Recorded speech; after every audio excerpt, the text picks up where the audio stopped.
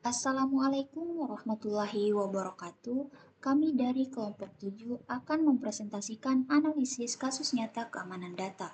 Perkenalkan, saya Rifka sebagai pemateri pertama bersama teman kelompok saya yaitu Nur Indasari, Ainul Hayatha, Muhammad Zuhdi, dan Musugandi. Pada kesempatan ini, kami mengangkat kasus serangan ransomware WannaCry tahun 2017. Sebagai pembuka, saya akan menjelaskan gambaran umum dari kasus ini. Serangan WannaCry pada tahun 2017 merupakan serangan siber global yang menyebar ke lebih dari 150 negara dan menyerang ribuan organisasi.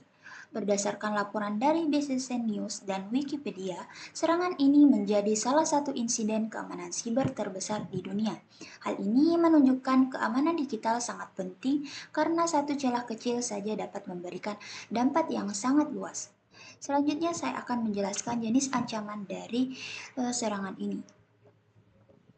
WannaCry termasuk kategori ransomware, yaitu malware yang menenkripsi file korban dan meminta tebusan untuk membuka akses kembali. Cara kerjanya yaitu menurut Kaspersky dan Europol, ransomware bekerja dengan mengunci data korban menggunakan enkripsi sehingga tidak dapat diakses tanpa kunci khusus. Selanjutnya penjelasan mengenai cara kerja WannaCry akan dilanjutkan oleh rekan saya yaitu Nur Indasari. Pada slide ini, saya akan menjelaskan cara kerja ransomware WannaCry. Nah, WannaCry bekerja dengan cara mengeksploitasi celah keamanan bernama Eternal Blue exploit pada sistem Windows, khususnya pada protokol SMB. Nah, celah ini memungkinkan WannaCry menyebar secara otomatis ke komputer lain dalam jaringan. Setelah berhasil masuk, WannaCry akan mengenkripsi file penting seperti dokumen, foto, dan database menggunakan algoritma kriptografi yang kuat. Nah, kemudian korban akan diminta untuk membayar tebusan dalam bentuk Bitcoin agar file bisa dikembalikan. Selain itu, WannaCry juga dapat menyebar ke komputer lain dalam jaringan dan memberikan batas waktu pembayaran sebelum file dihapus secara permanen. Jadi, secara keseluruhan, WannaCry bekerja dengan cara menyusup, menenkripsi data, lalu meminta tebusan. Nah, kemudian penyebaran melalui celah keamanan Eternal Blue. Nah, WannaCry memanfaatkan kerentanan pada protokol SMB di Windows yang memungkinkan malware masuk tanpa interaksi pengguna. Artinya, pengguna tidak perlu mengklik apapun, virus bisa langsung masuk jika sistemnya rentan. Setelah menginfeksi satu komputer, WannaCry akan memindai jaringan untuk mencari perangkat lain yang juga rentan. Kemudian, malware ini menyebar secara otomatis dari satu komputer ke komputer lain, menciptakan efek domino yang sangat cepat. Inilah yang membuat WannaCry sangat berbahaya karena penyebarannya cepat dan sulit dikendalikan.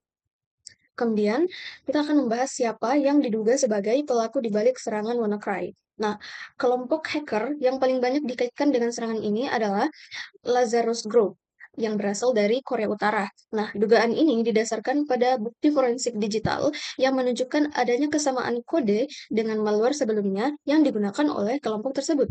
Selain itu, analisis dari lembaga seperti FBI dan Badan Keamanan Internasional juga menemukan jejak digital yang mengarah ke Korea Utara.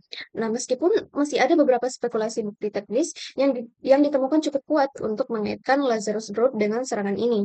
Jadi, dapat disimpulkan bahwa WannaCry diduga merupakan bagian dari operasi cyber yang dilakukan oleh kelompok hacker terorganisasi. Nah, demikian penjelasan dari saya mengenai cara kerja, penyebaran, dan pelaku dari ransomware WannaCry. Selanjutnya, saya akan menyerahkan kepada teman saya untuk melanjutkan materi. Oke, lanjut ke materi selanjutnya, motivasi pelaku. Jadi, memahami alasan di balik serangan WannaCry membantu kita mengantisipasi ancaman serupa di masa depan. Analisis motivasi, jadi serangan ransomware umumnya didorong oleh kombinasi kepentingan finansial dan politik, menjadikannya ancaman kompleks bagi keamanan global. Jadi tidak menyerang secara acak, tapi punya tujuan tertentu. Jadi yang pertama itu ada motivasi finansial, jadi mendapatkan tebusan dalam bentuk Bitcoin dari korban. Motivasi politik, kemungkinan tujuan negara tertentu untuk destabilisasi. Dan yang terakhir ada keuntungan ganda, jadi kombinasi keuntungan ekonomi dan agenda geopolitik. Kemudian ada dampak pada rumah sakit dan institusi. Serangan WannaCry melumpuhkan sistem kesehatan di berbagai negara. Rumah sakit kehilangan akses ke data pasien, menyebabkan penundaan operasi dan layanan darurat. Layanan kesehatan terganggu. Institusi penting seperti rumah sakit, universitas, dan lembaga pemerintahan akan kehilangan akses data kritis. Dampak ini menunjukkan kerentanan infrastruktur digital yang sangat vital. Dampak sistem dan data. Sistem operasi Windows yang terinfeksi tidak dapat diakses, menyebabkan keseluruhan aktivitas kerja terhenti dan produktivitas lumpuh total. Kelumpuhan sistem operasi. Jaringan komputer internal terputus akibat penyebaran cepat malware, mengisolasi sistem dan menghambat komunikasi antar departemen. Jadi akan ada beberapa dampak besar yang terjadi, seperti gangguan jaringan, jadi penyebaran otomatis melalui jaringan internal organisasi, kemudian enkripsi data massal, file penting dienkripsi dan tidak dapat diakses tanpa sebuah kunci. Kemudian kehilangan data permanen, resiko data kehilangan selamanya jika tidak ada backup yang tersedia. Lanjut ke bagian kerugian finansial global WannaCry. Jadi kerugiannya itu mencapai 4-8 miliar dolar secara global akibat serangan WannaCry di tahun 2017. Jadi organisasi menghabiskan jutaan dolar untuk pemulihan sistem, mengganti perangkat, serta konsultasi keamanan. Dan produktivitasnya terhenti selama berhari-hari, menyebabkan kerugian pendapatan dan reputasi bisnis. Untuk rekomendasi keamanan cyber, yang pertama itu menginstal patch keamanan setelah dirilis oleh vendor dan memperbaharui sistem operasi dan software secara rutin dan otomatis. Yang ketiga, mengaktifkan firewall untuk memblokir akses tidak sah ke jaringan serta menggunakan antivirus terpercaya dengan pembaruan definisi. Lanjut ke bagian rekomendasi backup data berkala. Yang pertama itu menggunakan hard drive eksternal sebagai cadangan offline, mengatur backup otomatis harian atau mingguan untuk data penting, menyimpan data di layanan cloud aman dan terenkripsi, dan pastikan backup dapat dipulihkan dengan uji coba berkala.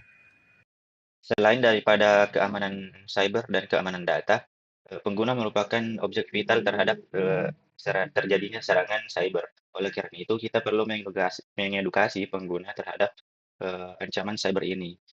Adapun langkah yang dapat dilakukan itu, yang pertama itu meningkatkan awareness, kampanye kesadaran akan ancaman malware dan ransomware. Kemudian langkah selanjutnya itu workshop rutin. Ini dapat berupa pelatihan keamanan cyber untuk semua karyawan swasta maupun instansi pemerintahan.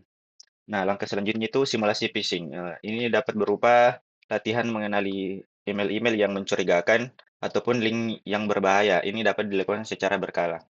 Kemudian yang terakhir ada panduan atau dokumentasi berpraktis keamanan data digital untuk pengguna. Ini dapat berupa standar operasional, langkah-langkah terhadap ataupun langkah-langkah dalam keamanan siber.